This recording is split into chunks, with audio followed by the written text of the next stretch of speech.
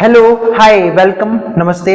मेरा नाम ऋतिक और आज हम फिर से बात करने वाले हैं एक और इंटरेस्टिंग कंसेप्ट के ऊपर। तो ये वीडियो उन बच्चों के लिए मोस्ट इंपॉर्टेंट होने वाली है जिनका या तो बीए प्रोग्राम में थर्ड सेमेस्टर का एग्जाम है या फिर जिनके पास सब्जेक्ट है इंटरमीडिएट माइक्रो इकोनॉमिक्स। तो चलो फिर शुरू करते हैं आज की वीडियो, जहां पे हम बात करने वाले हैं लेसन नंबर 1 के एक और important concept marginal rate of substitution के ऊपर।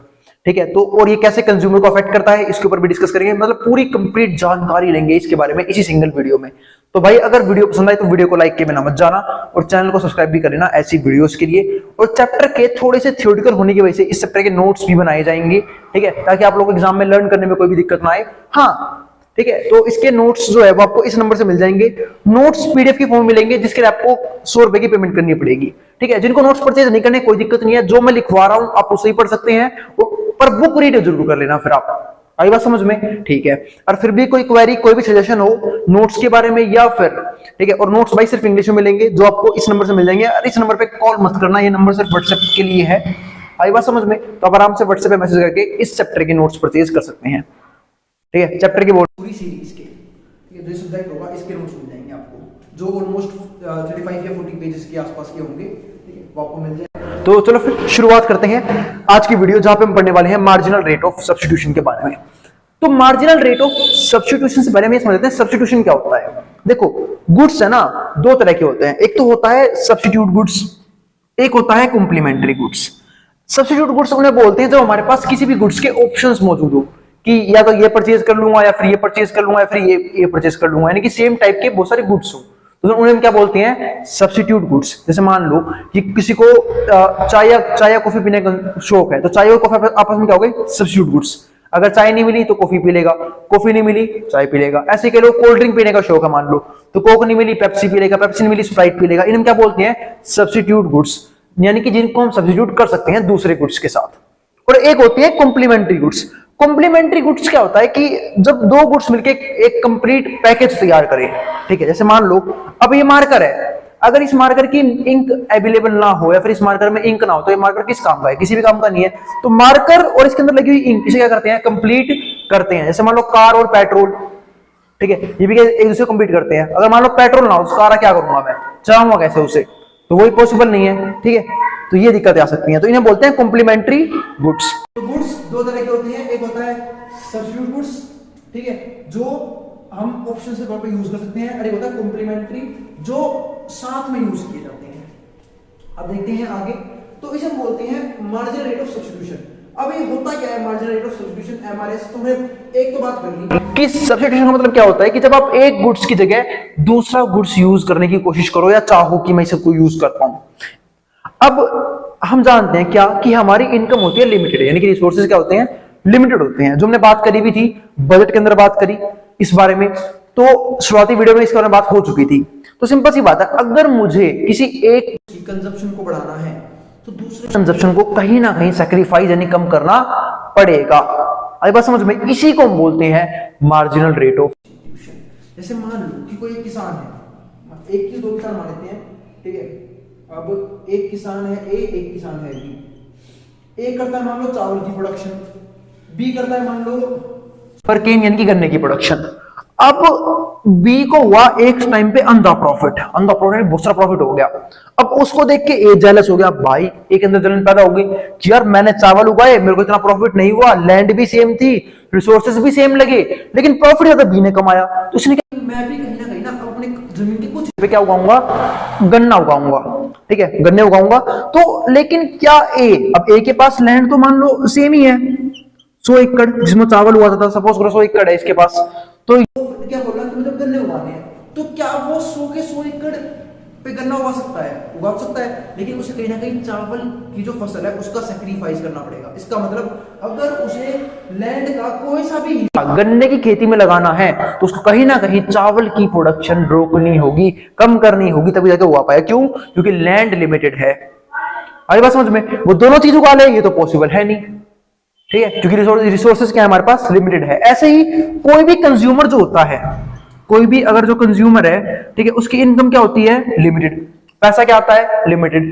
तो अगर उसे अपने एक गुड्स की कंजप्शन बढ़ानी है, उसे दूसरे गुड्स की कंजप्शन को कहीं ना कहीं कम करना पड़ेगा, सैक्रिफाइस करना पड़ेगा। और इसी सैक्रिफाइस को हम बोलते हैं मार्जिनल रेट ऑफ सब्स्टिट्यूशन, कि अपने एक गुड्स में जो पैसा लग रहा है उसको सब्स्टिट्यूट कर देना दूसरे गुड्स से। ठीक है, देखो लिखा भी हुआ है, rate at which consumer is just willing, मतलब कंज्यूमर चाहता है to substitute a small amount of consumption of one good, कि वो एक small amount of consumption of good one वो ट्रांसफॉर्म कर जाता है small amount of consumption of another good, दूसरे गुड्स में।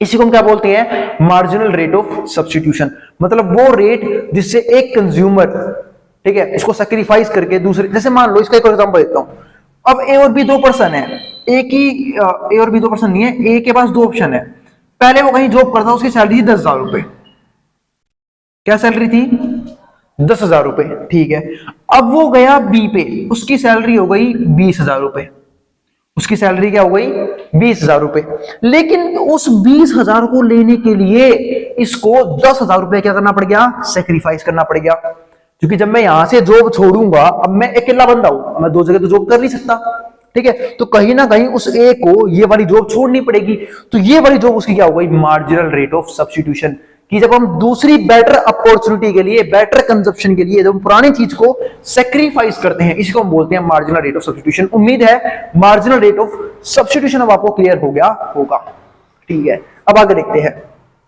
और एमआरएस की एक और खास बात है, क्या एमआरएस होता है हमारे आईसी कर्व का स्लोप, ये हमारा आईसी कर्व, इसके स्लोप को हम क्या बोलते हैं, MRS, marginal rate of substitution. और यही दिक्कत होती है कि एमआरएस नेगेटिव होता है, क्यों नेगेटिव होता है, क्योंकि अगर हमें एक की कंजप्शन बढ़ानी है दूसरे ही कम करनी पड़ेगी, बिकॉज ऑफ इनकम क्या हमारे पास लिमिटेड है, पैसा लिमिटेड है। अब आगे देखते हैं, तो MRS is negative due to negative slope of indifference curve, ठीक है। एमआरएस की मैंने एक और डेफिनेशन लिख दी है, rate of changes in consumption, यानी कि जब हम कंजप्शन के रेशियो में चेंज कर दें, रेट में चेंज कर दें of two goods is known as MRS, ठीक है। और वो रेट क्या होगा, एमआरएस एट पॉइंट एक्स, वो होगा delta x2 upon delta x1, जहां पे डेल्टा x2 क्या है हमारा गुड 2 और डेल्टा x1 क्या है गुड 1, ठीक है। फिर आप इसको उल्टा भी कर सकते हो, आई बात समझ में, कि जब हम किसी दूसरे गुड्स को कंज्यूम करने के लिए किसी पहले गुड को सैक्रिफाइस कर दे। अब देखो एग्जांपल, अगर मान लो किसी का एमआरएस -2 है, इस एमआरएस -2 होने का मतलब क्या है कि कंज्यूमर ने 2 यूनिट का सैक्रिफाइस किया है किसी दूसरे गुड्स के 1 यूनिट को, एक एडिशनल यूनिट को कंज्यूम करने के लिए। आई बात समझ में, इस बात का ध्यान रखना। तो इस -2 का मतलब क्या हुआ, it means that consumer is willing to give up 2 units of good 2, उसने गुड 2 के 2 यूनिट का सैक्रिफाइस कर दिया, करे तो 2 ले जा, गुड 2 में से 2 हिस्से ले जा, ठीक है, पर मुझे एक एडिशनल यूनिट दे दे, किसका, गुड 1 का। इसको हम क्या बोलते हैं, एमआरएस, यानी कि मार्जिनल रेट ऑफ सब्स्टिट्यूशन, ठीक है। अब आते हैं हम अप्रोच के ऊपर, कि इकोनॉमिक्स में हम 2 तरह के अप्रोच करते हैं कंज्यूमर की इक्विलिब्रियम या फिर यूटिलिटी चेक करने के लिए। अब पहली बात तो आती है कि यूटिलिटी का मतलब क्या होता है। देखो कोई भी कंज्यूमर है, वो पागल तो है नहीं, वो कंज्यूम क्यों करता है किसी को, क्योंकि उसे सेटिस्फैक्शन मिलता है ना, किसी ना किसी तरह क्या मिलता है, उसे सेटिस्फैक्शन मिलता है। अभी बात समझ रहे हो, ठीक है। जैसे आप मेरी वीडियोस देख रहे हो, क्यों देख रहे हो मेरी वीडियोस, क्योंकि आपको इससे क्या मिल रही है, यूटिलिटी मिल रही है, सेटिस्फैक्शन मिल रहा है, आपको कुछ सीखने को मिल रहा है, आपका एग्जाम बेटर तरीके से जा सकता है मेरी वीडियो देखने के बाद, तभी तो आप देख रहे हो, वरना आप क्यों देखते, ठीक है। आप किसी सकता है किसी मोटिवेशनल स्पीकर की वीडियो देखो, ठीक है, जिससे आपको मोटिवेशन मिले, हो सकता है किसी कॉमेडियन की वीडियो देखो ताकि आपको थोड़ी सा मजा आए, ठीक है। तो कहीं ना कहीं हमें फायदा होता है तभी हम कोई काम करते हैं, वरना कंज्यूमर बेवकूफ नहीं है। आई बात समझ में, किसी ना किसी तरह की यूटिलिटी जरूर मिलती है, तभी हम उस चीज को कंज्यूम कर रहे होते हैं, ठीक है। तो अप्रोच का मतलब क्या है, अब यूटिलिटी के लिए 2 तरह के अप्रोच होते हैं। एक तो होता है कार्डिनल अप्रोच, पहले इसके ऊपर बात कर लेते हैं। इसको दिया था मार्शल ने, एक इकोनॉमिस्ट से फेमस मार्शल, ठीक है, उन्होंने दिया था इसको। अब कार्डिनल अप्रोच का मतलब क्या होता है, जब हम यूटिलिटी को नंबर में दे, मतलब क्या, कि जैसे मान लो अब जब भी हम किसी चीज की कंजप्शन धीरे धीरे बढ़ाते हैं ना, ठीक है, तो उससे मिलने वाली यूटिलिटी हमेशा कम होती रहती है।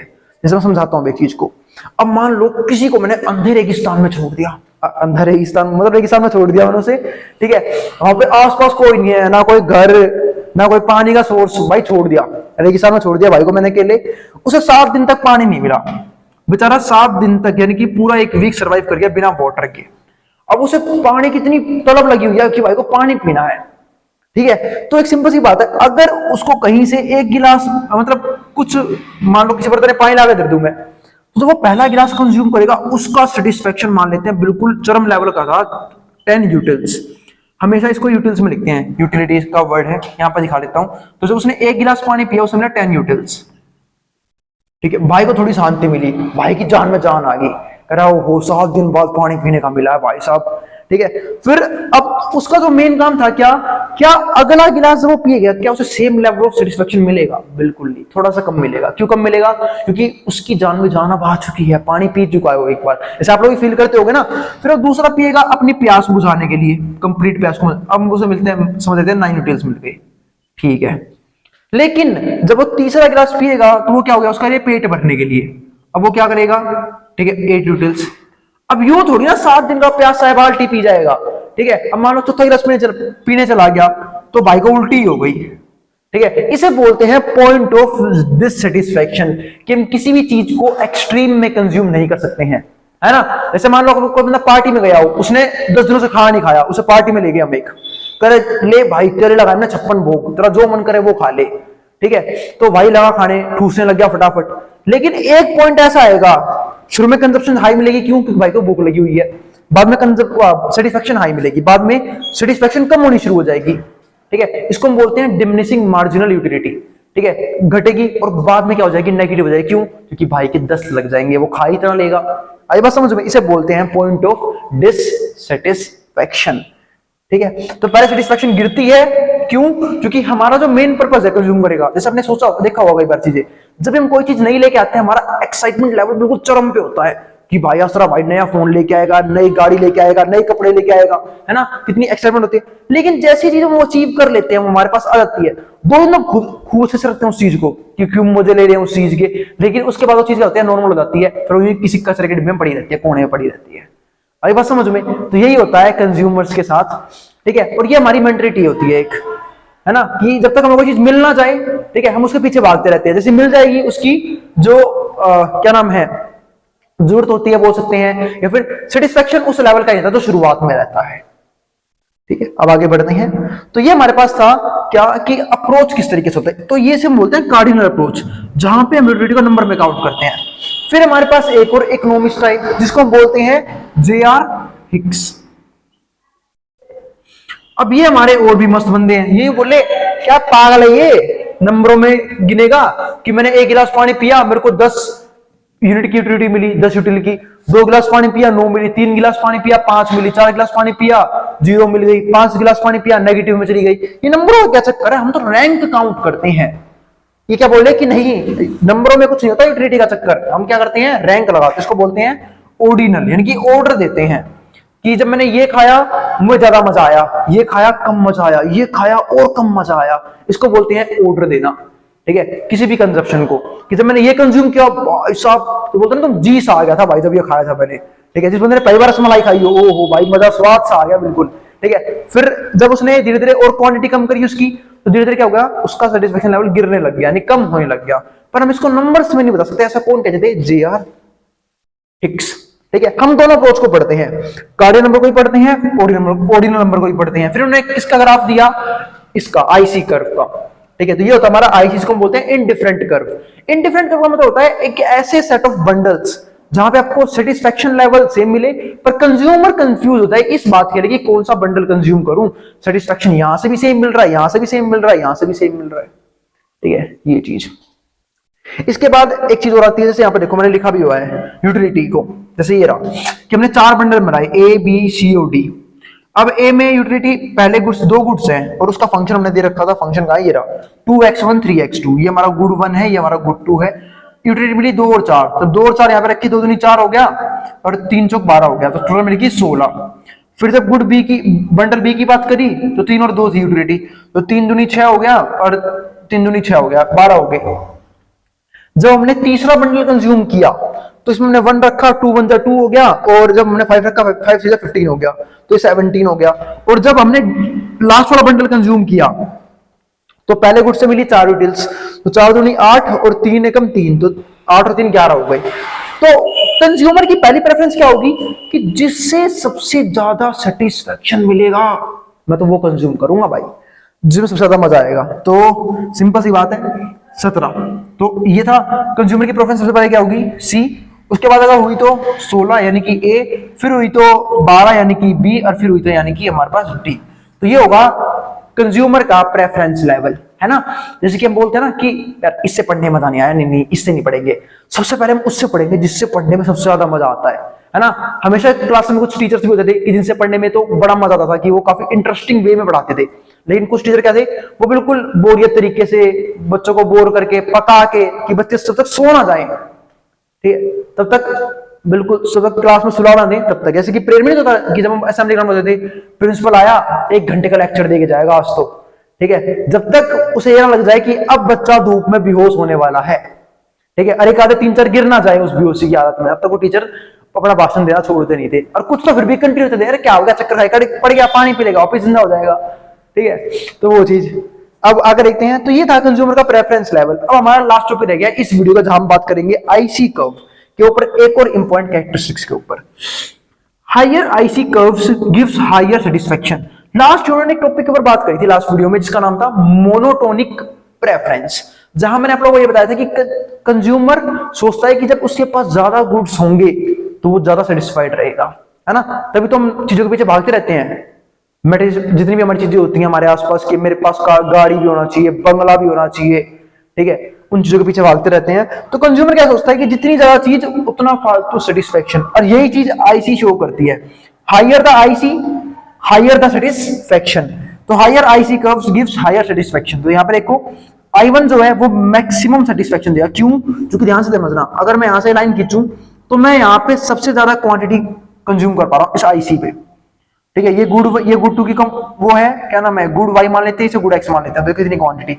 लेकिन अगर मैं इस आईसी की बात करूं तो हम कम क्वांटिटी कंज्यूम कर पा रहे हैं दोनों की ही। इसकी बात करूं मैं और कम कंज्यूम कर पा रहा हूं, इसकी बात करूं और कम कंज्यूम कर पा रहा हूं।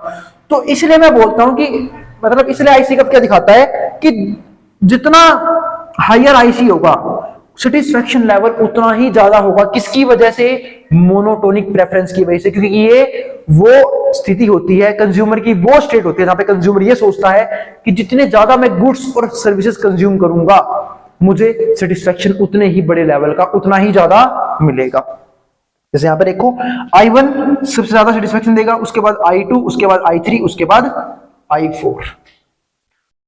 तो ये हमारे पास था एक टॉपिक जिसके मैं ऊपर बात करी, मार्जिनल रेट ऑफ सब्स्टिट्यूशन। और यही नहीं, हमने इसके ऊपर डिफरेंट अप्रोचेस को भी समझा कि ऑर्डिनल अप्रोच क्या होता है, कार्डिनल अप्रोच क्या होता है। फिर भी कोई भी डाउट, कोई भी क्वेरी है, नीचे कमेंट बॉक्स में कमेंट कर देना। कोई भी सजेशन हो मेरे लिए आप वो भी नीचे कमेंट बॉक्स में कमेंट कर सकते हैं। आई बात समझ में? कोशिश करूंगा मैं उसे पक्का इंप्रूव करने की।